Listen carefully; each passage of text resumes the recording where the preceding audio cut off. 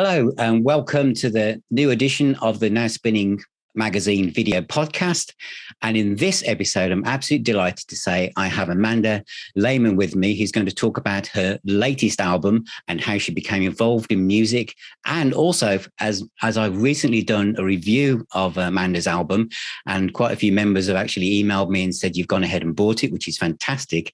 And you pointed out to me how heavily involved Amanda was with Steve Hackett, and still is, because one of the things, of course, Amanda, I realized when I was listening to the album just this morning is that many of the members of the band are actually from Steve Hackett's band himself. But first of all, before we start, I'd like to know how you started, how you became involved in music. Okay, well, and first of all, lovely to be chatting to you. So thanks for inviting me. You're welcome. Going back to when I was little, my dad played the violin, so I was always kind of surrounded by music, and quite a lot of classical music was played in the household at that time. That was sort of the main music that I grew up with when I was small, which was lovely because I love classical music. It's just so all-encompassing, and it fires the imagination. And so a mixture of that and Dad playing the violin was just wonderful. And so it was sort of just a musical household. And from a very early age, I just kind of wanted to play any sort of music I could. You know, if I was at school, I would sing or play the recorder or whatever. And the piano was the first instrument I played. I was really keen to get a piano. You kind of got everything there with a piano, and it's so sort of logically laid out, and I was desperate to have one, and my parents did get me a secondhand piano, and I was so pleased to learn that, and I had lessons. Yeah. So that was sort of, that took me on to the next stage, which was, as well as playing the piano, I really wanted to play the guitar. I was by that time starting to get into different sorts of music, including bands like Genesis, which I'd heard, and I was starting to get, I was aware of like the Beatles earlier, before that. So I was becoming aware of all sorts of different sorts of music. And I got a little old acoustic guitar and started strumming away on that. And that was very much all self-taught. The piano was much more sort of a classical sort of proper progression. And the guitar, I was just sort of picking up things from people and just teaching sort of myself, learning things. And as I got to be a teenager, I got into a lot of rock music as well as prog rock. And that led on to wanting an electric guitar and learning to play lead and some power chords and nice kind of like damped sort of guitar, learning to control that distortion, which was a challenge, but very exciting. And I started playing in bands, picking up all sorts of bits of music again from people I knew, other musicians. So that was a real learning curve, and singing and playing guitar with bands, and formed my own band. Started writing music. So that took me sort of through my teens and 20s, really just touring all over the country. I lived on the south coast at the time of England, and we just sort of took the band anywhere that we could get into. And so I was probably playing several times a week in my band, and duos and whatever, sort of earned money as well. So I've always been really active with music. It's always been my love, and I've always written music. So it's been a busy music time over the years. I took a bit of a lull at the time that my son was born. I was a single mum, so I had to obviously sort of spend all my time looking after him, and it kind of everything kind of got very interrupted around that time musically. But that was fine. It's all just sits there waiting, and I think life has its twists and turns, and they're all for the good. They will make you a more sort of multi-dimensional person. So yeah, it's that was sort of, that's my kind of musical history up until the bit that people sort of probably know a bit better. which is when you arrived on the same stage as Steve Hackett. Yeah. Yes. And is that where you found your direction for you still are connected to Steve Hackett, but did that kind of form your idea and your vision of the album that you're now promoting? It certainly contributed to that, because a couple of 2 or 3 of the songs that are on the album, I actually wrote the original sort of versions of those many years ago, long before I was involved with Steve and the band. So there was already music in the making anyway, sort of, and I'd done a couple of I'd done a duo album and a little solo EP. So I'd sort of done some recording and writing sort of prior to that anyway.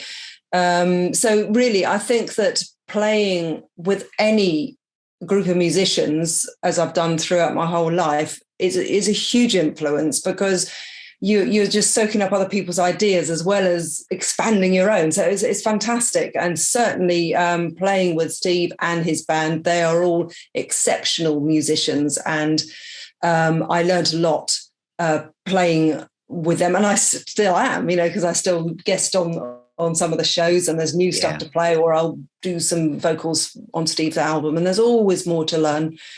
I think that I learned, I would say, the whole progressive rock aspect. I got a deeper understanding of a lot of the building blocks of that and how it's put together and orchestrated. So yes, I think that really did develop some of those strands that I already was using. Yeah, it's been and still is fascinating.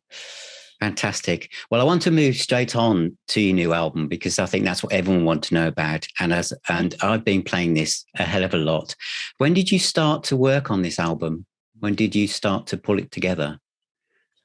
I started to pull it together around about the summer of 2019 was when I first started recording it. So I guess the actual album itself took a couple of years.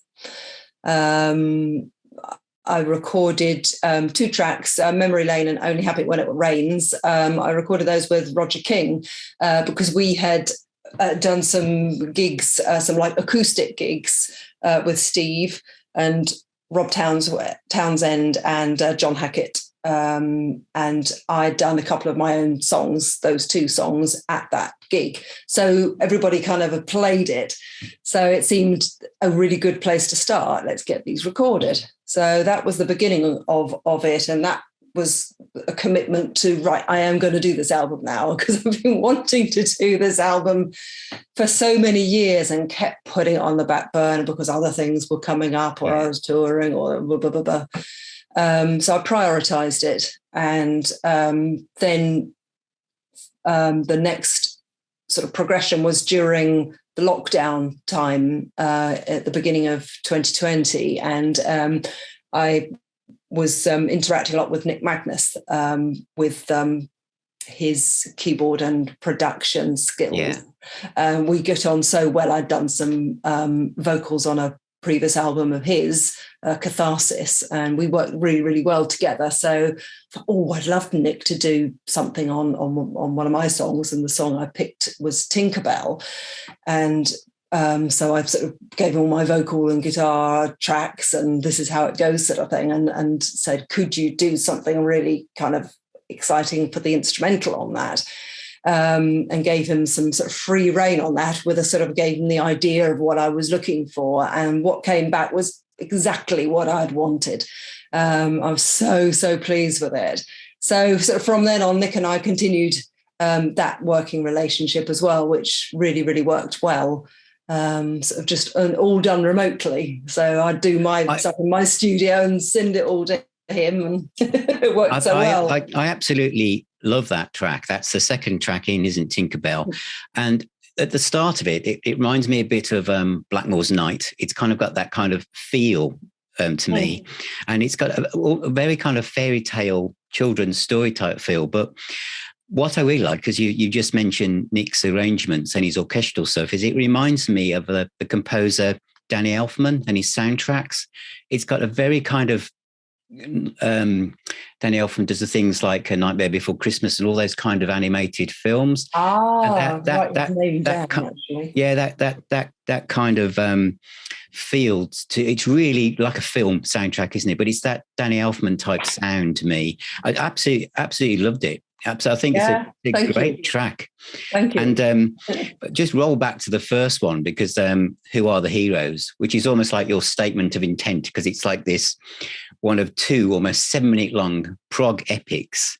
And it's just so full on. There's so much going on in that. Again, very cinematic in its approach, but this is through instrumentation of your marvelous keyboards playing and guitar playing. And obviously, you've got, as you've mentioned, you've got Nick Magnus working on the arrangements, Roger King and Rob Townsend, all from Steve's band. Did that help, because you knew the musicians so well? Did it help you get your vision together when you recorded that song, or all the songs, really? Well, that song that was only Nick Magnus on that tune. I think that I sort of had people in mind, I guess, when I did write certain songs, and other times I didn't. It depended, really. I think that the one that Steve played on, Forever Days, I had him in mind for that. So I wrote that with his guitar in mind. Yeah. Whereas Who Are the Heroes, I wrote very much for what I had in mind. I don't know that one I particularly had any sort of agenda with that one. It was did you write that on keyboard or guitar first? Because it's so, as you said, you had that in mind. Yeah. So could you see it in your mind what you wanted to achieve with that? So was that written on guitar or keyboards or? It was both. It was both. Yes. Yeah. Some of it was the guitar. And then, some of it was keys. It depended on what I was trying to work out. I find that guitar is very accessible, and also putting vocals over, I find it easier to sing with a guitar than with a keyboard. However, dealing with more intricate music, and certainly where there's a different bass line, or so you need those two hands, as it were. I find a lot easier on the keyboard, and I also was able to put down some rudimentary kind of drum ideas, bass ideas on there as well, because what I wanted to do was to get the whole thing together, and before I sent it to Nick, so that he knew exactly where I was going with this, because it's quite a complex song and there's a lot in it. So I didn't want to send him a whole bunch of bits and bobs and just say, sort that out, because I kind of wanted him to knit it all together and make it work first, and then pass it over to Nick. And then he's free to kind of create ideas around it that will fit with what I've got in my mind, but also, obviously add his own creative input to it as well. I think that one very much was one that I created sort of myself over a long period of time. Yeah, it's an absolutely epic, as a cinematic progtastic track. It really is fantastic, and it sets the tone for the album. But then again, what I love about the album is the fact that there's so many different things on the menu, so to speak, because you think, oh, I know what will happen next when you have Tinkerbell. And then the third track in is Only Happy When It Rains, which is like a late night jazz feel, which is totally different feel again. But of course, you've got Steve Hackett playing harmonica on this. Yes. So, yeah. So what was it? So is that this, as I say, it's got a nice jazz feel. Was this something, again, you were thinking when you put the album together, you wanted it to be like quite a mixture of styles? I think that I tend to love to play lots of different music anyway. I get kind of, I'll hear something or think of something or diddle something on the guitar, and it's like, oh, I like that. And I never do restrict it anyway to a certain genre. And actually, I was a little bit concerned when I did this album, thinking, is it too diverse? Are people going to complain and say, oh, I don't know, that's a bit, what is it? Sort of thing.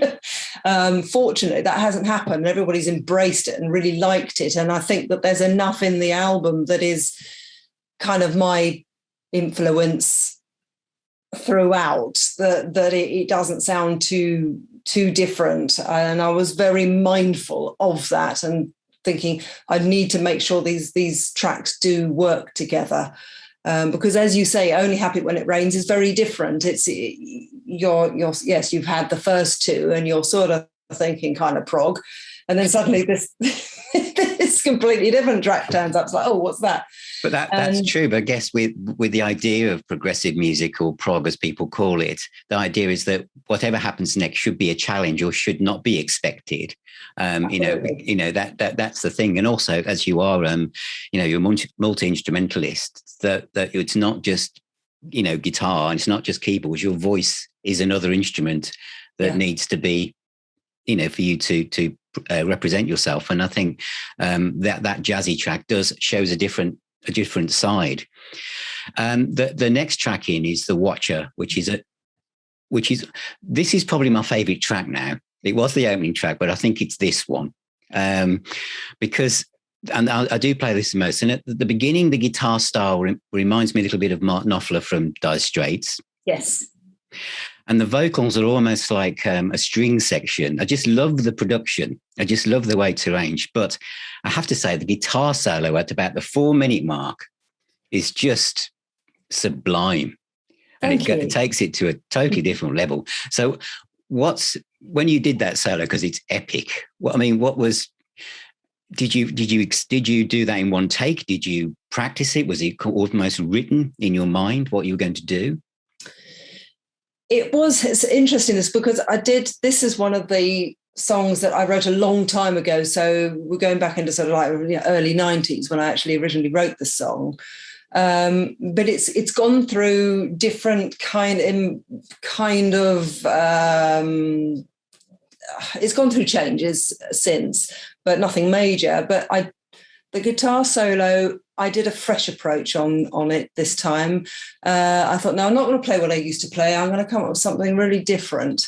And so I did work on it quite a bit. I tried out different things. I wanted something that was melodic, but a bit exciting as well as just sort of wavy and building. I wanted it a bit edgy, because the whole feeling of The Watcher is that you're trying to break out all the time. So it wants to fly, it wants to be free, and the Watcher is going and pushing it down, whatever it is, whether it's the person or whatever the Watcher means to you. Yeah. And so, yes, with that guitar, I did plan it quite carefully, and I wanted to kind of wring it out as much as possible. So I would do quite a few that were all one take, but then I would extract bits I liked out of them and then replay them. And just, it's like kind of molding something really out of clay, and sort of gradually it comes together and Fantastic. Now, this might seem an odd question, but because when in bands, you'll have like sometimes the vocalist and the guitarist work together and they work out what each other are trying to interpret each other. So as the vocals, it sings the lyrics and the style of the song, the guitarist kind of mirrors that or tries to get inside the head of the vocalist to see what's happening. Now you are both. So when you were singing this song and you're putting, your emotion and feelings into it and what you can see, when you did the solo, do you see you as the guitarist as a separate voice or a musical version of your vocal voice, if that made sense?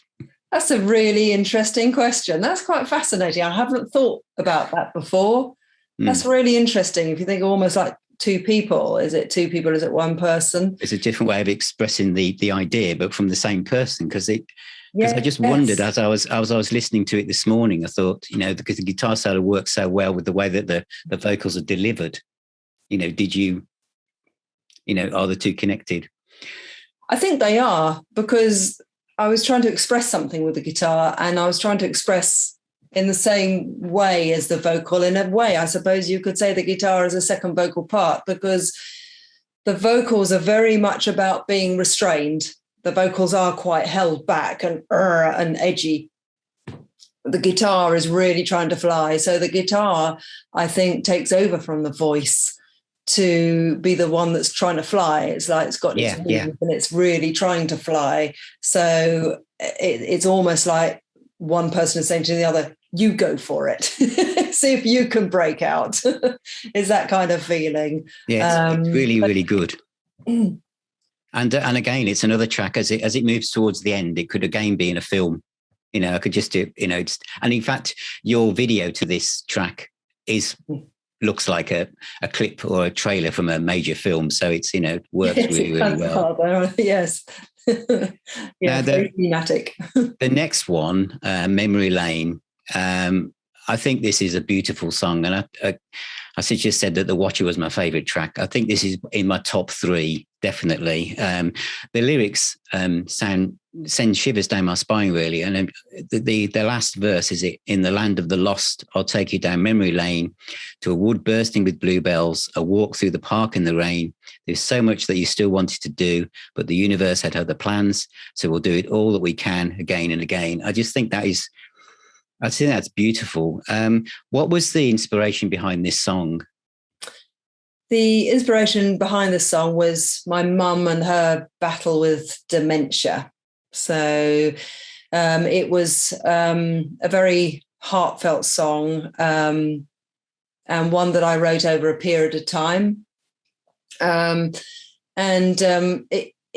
was very cathartic to write it. It helped. I didn't sort of plan on writing it. I just drove home one day after seeing her and felt really emotional and pulled over and just wrote some things down. And it started from that. Basically just all sorts of different aspects of that whole journey, how it feels for the person, how it feels to be on the other side. So there is a sort of a two-way thing about how it is for them and how it feels being on the other side of that. And I wanted very much, as the song developed, I wanted it to be something to share with other people who were having the same or similar experience, however that would be for them. We're all different. Everything's different for everybody. But I think that it has worked that way. People have responded really, really well to this track, and it's I think been quite helpful for a lot of people who have been affected by this horrible disease, which is so prevalent at the moment. It's a special song. Well, I didn't want to presume that that was the subject matter, but that's what I thought it was, because my mom sadly passed away from dementia. Oh, sorry. And so no, but I think the song works on that level, and I think it's a great comfort. And I think it's a song, as you say, you did it so that people could share it, and I think it's a way of bringing the subject up in a very, as you say, you talking from both sides. And I also love the video because the way that you kind of fade in and out of the walk through the woods. Yes. Because I understand what you kind of put across there. That you walk, your mom. Yeah, your mom walking, might have walked in that same path and she's now gone. And you say in the memory moving like my mom did. 1 minute she was okay, then she wasn't. Yeah. So I think it's a very, very important song, and I think it really put the album on a different level to me. I think it's a beautiful, beautiful song. Thank you. And then we move on to Forever Days, where Steve Hackett arrives with his big guitar. And this is probably the heaviest track on the album. Is what it is. Yeah. It's very up tempo, very uplifting. And so, what was it like recording this? Were you there when Steve was laying down his tremolo arm guitar solo? No, I wasn't. So again, it was all remote. He had heard it and we talked about it, and I said, what I want, you can have this solo and this one, and gave him some ideas. of what I wanted. It was quite interesting because I think that generally he kind of likes to be left alone to do what he wants to do. But he was very good about this. He did actually take on board what I was asking him to do. And I'd already laid down my guitar parts as well. So we did some twin guitar, and it was, he did go away and think about it. And so what he recorded was very, very much what I had in mind. I was pleased as punch with it. But he went round to Nick Magnus's and recorded it round there. Oh, right. They don't live too far apart. He went there and put the tracks down, and then they sent it to me. So what do you think of that? And I was like, yes, I'm very, very pleased with this. This is lovely. This is just what I wanted. So it was that was great, but it was very strange. Yeah, we weren't able to actually thrash it out properly ourselves. Yeah, it's amazing really how many albums during the lockdown were recorded in this way, but you wouldn't know. You wouldn't have a clue at all that people weren't in the same room. Yeah. And the next song is We Are One, and this was originally recorded for the Harmony of Elephants CD. And I can tell that this is a really heartfelt song as well. How did this one come about? What's the story behind that? This one I originally wrote for a charity CD that was a compilation with all sorts of different musicians and all sorts of different compositions for an elephant charity, Elephants for Africa, I think, if my memory serves me right, which was a wonderful project with a beautiful photo book that was done by Leslie Wood, and it, absolutely gorgeous photographs in it. So it was a real big charity project, and everybody kind of did their take on elephants. So We Are One was about the herd of elephants, and that was the whole idea of it. And as you've probably seen the little elephants on one of the rocks on the cover, so they feature. And I wanted to use that on this album. I did I changed some of it because I thought, well, some people already have this version, so I feel that I really ought to sort of redo it. So I redid the vocals and added some different bits of guitar in there just to make it a little bit different. And I did think, how does this fit in with the whole of the album, because of the whole sort of thread of the album, the journey, the childhood quality. But it's interesting because some people have heard We Are One have actually almost said it's like about humanity. And so it's a kind of, again, it's a song that can be interpreted in different ways. And I think that if you think about elephants and how they are as a herd and how they are together, in a way, I think they represent the best of people, how people can be. It almost links with who are the heroes, that there are, people can be really pretty bad news, but also can be incredibly amazing as well. And I think that We Are One is a kind of it's a song of hope, where you've got Forever Days, which is all about the kind of the ups and downs of the sort of teenage type of years and all the sort of the hopes and the possibilities. And I think that We Are One again has that plaintive sort of feeling of hope to it, just plodding on and into the future in a way. So I think that it fits in rather nicely. I really I could hear elements of Kate Bush in some of the harmony vocals, and and I love the guitar towards the end. It felt to me like this song could have gone on for another 2 or 3 minutes. So I think I think it'd be fantastic live.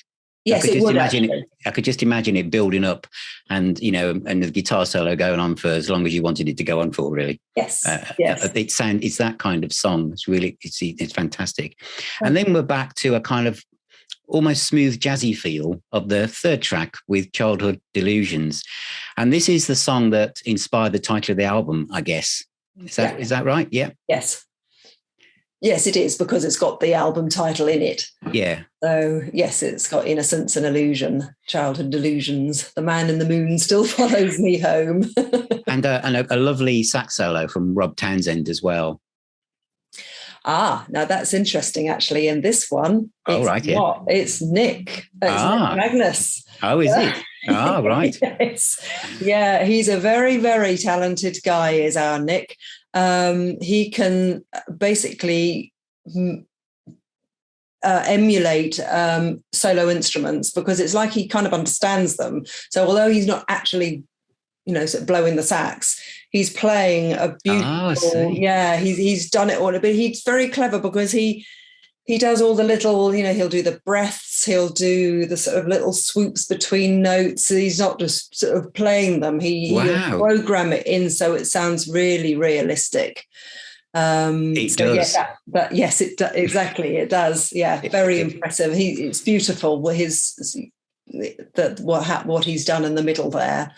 I think that Nick got all of the songs, and this one I think particularly resonated with him. When I composed it on the keyboard, on the piano rather, sent it over to him, and he then sort of added the extra piano in, and then did that beautiful solo.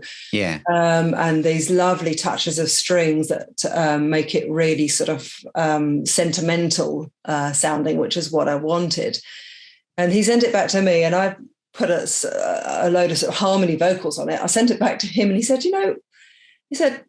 would you be awfully offended if I suggested we took all the harmony vocals out? I said, well, you know what, Nick, I think you're right. I said, I think they don't need to be there. It's too much, isn't it? And I love all my harmony vocals. I love, everything I do has a whole bunch of vocals in it. But so we stripped them out, and it's very pared down. It's very gentle, and it is a very innocent song and a very nostalgic song.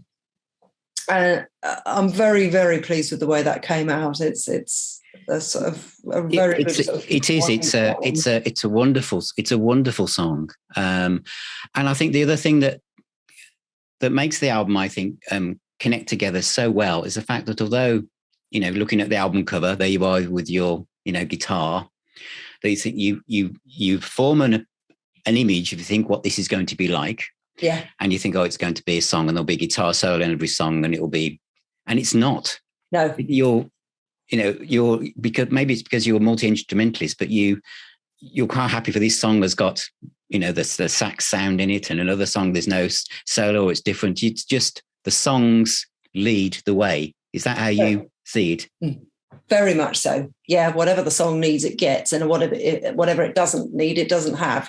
It doesn't have to have the obligatory guitar solo in it. Absolutely, very much so. It's that they're all very different songs. That different treatments for all of them. They have what they need. and I think the album ends perfectly with When the Small Things Go, which is your co-written song with Steve Hackett. Yeah. And this was arranged by both of you. Were you both in the same room for this, or no? No, this started off as a little lockdown sketch. Yeah. Because I think everybody was kind of, how are we going to sort of, we can't gig, so we want to put music out there. And I said to Steve on the phone, I said, well, how about you just pop something down, sort of just record it on the iPhone and just send it over, and I'll just stick some vocals on it, and that'd be a bit different. Yeah. So he did this little piece, just recorded on a phone, sent it over to me, and I did the vocals at my end on my studio. And we just sort of put it together during lockdown. Wow. So then, like when I was doing the album, I said to Steve, are you happy if I have this on my album? He said, yeah, absolutely. That's fine. You can use that. And so then I sent it over to Nick, just to sort of clean up the sound. And there it was. So it's although we didn't do it in the same room as such, it was a very kind of, it was, I don't know, it was almost like we had it. That's exactly what it sounds like. That's exactly what it sounds like, that you're both sat on each end of a sofa. That's right. It's that kind of thing, isn't it? Yeah. Absolutely fantastic. Well, it's a brilliant album, Amanda. It really is. And if people want to get hold of it, where would you recommend that they go to buy a copy? Well, probably the easiest place and that most people remember is you can get it from Burning Shed. Okay. But if you want, I have my own web store. You can, if you go to my website, all the information is on there. That's amandalehmann.co.uk. And Lehman is spelled Lehmann. Funny name. I'll put the links and the spellings. I won't bore everyone with that. They'll be in the description on both the podcast and the website and the YouTube channel. So I'll put Burning Shed in with a link to your album and obviously your website as well. Okay. So as we come out of the pandemic, hopefully, what are your plans? Do you have any plans for playing live and taking this album on the road? Well, I would love to. I think realistically, I won't quite yet because it is a big logistical exercise. There's a lot of time I'd have to find, everybody to play on it. We'd have to get together and rehearse it. And I don't think that's actually going to happen at the moment because it's just too much time, too much expense. But down the line, it's a possibility. I do love playing live. And I think this, if it was given enough time and commitment, I think this music would work really well. Oh gosh, yes, it would. Yes. Live. Yes, it would. It would need a lot of orchestration. It would need to be, it's not something you could put together quickly, but I'd love to. I would love to play it live. Well, I suppose the cheeky question to ask would be, do you think if you went on the road or did some gigs with Steve, would he slot one of the songs in from the album, do you think? Well, he might do. I think the problem is because I'm not sort of full-time touring. Yeah. It would be a bit much, I think, to ask him and the whole band to sort of rehearse up a whole song that they're going to play a few times. So I think that's probably the issue. I wouldn't sort of ask them to do that. But yes, I think if I was touring full time, that would be a possibility. I would think something like Forever Days or something. I think would probably fit in there quite nicely. Yeah.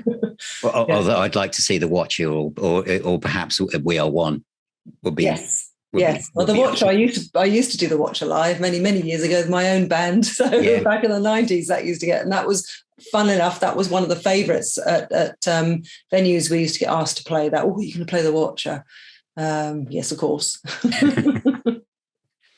Well, that's fantastic. Well, that's Amanda Lehmann and Innocence and Illusion, which is a highly recommended album, and I've been playing it absolutely lots. And each time I play it, there's more to discover. And I think there's lots of different styles of music on here, lots of different feelings and emotions, and you've got things that are going to make you feel good, hopeful. I think it's an album of hope, and that song Memory Lane, I think it's such an important song because so many people are going through that kind of journey. And I think it's a very brave song, but it's a very hopeful song. And as you say, it's music that shows the different sides of what that's like, really is. Yeah. Thank you. So thank you very much, Amanda, for being my guest today. I've absolutely enjoyed it. And I look forward to seeing what you get up to next, and please keep us in the loop of whatever you're doing, any new tracks or new gigs, and I'll be happy to let everybody know. Fantastic. Yeah, thank you, Phil. It's lovely chatting to you. Okay, thank you very much. Thank you. Thanks. Take care. Bye.